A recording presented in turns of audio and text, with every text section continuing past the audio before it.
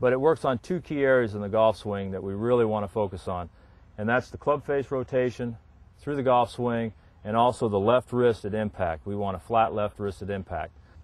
We're going to go ahead and move to the takeaway, and again, this is a key move here. You really want to work on this and get the feeling of that right wrist bending back slightly, putting the guide on the inside of the left forearm with just a little bit of pressure. Now, once I get to my takeaway position here, I'm going to go ahead and take it up to the top of the backswing, and you're going to notice that I'm keeping pressure on the guide on the inside here, which gives me a good wrist condition here at the top of my backswing.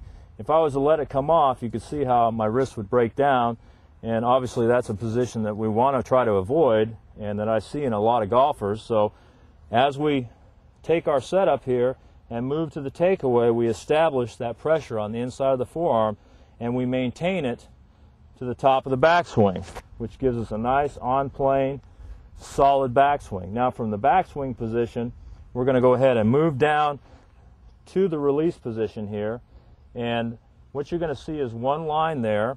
Also, I've maintained the pressure of the guide on the inside of the left forearm. Now if I was to move down from the top of the backswing and relax that pressure, you can see how my left wrist would break down here and the club face would be open. I'd also feel the guide come over and touch the inside of the right arm, and I wouldn't see any line there. So to make this real simple for you, once we establish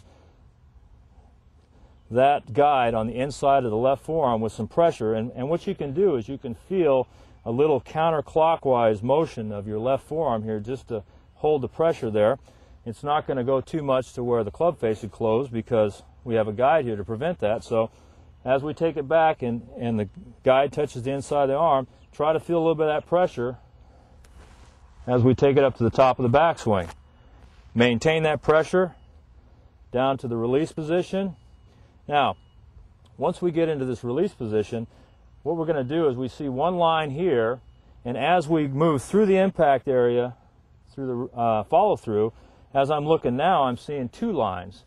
Now this is where the rotation happens in the golf swing as far as the club head goes. So basically what we want to do is from right here, we're going to go ahead and allow that left forearm to rotate, and as it rotates, the guide is going to work that club face square at impact, keeping the pressure here all the way to the follow-through. Now, to let me know that I've done it correctly, if I'm looking at it from this position, I'm going to see two lines here.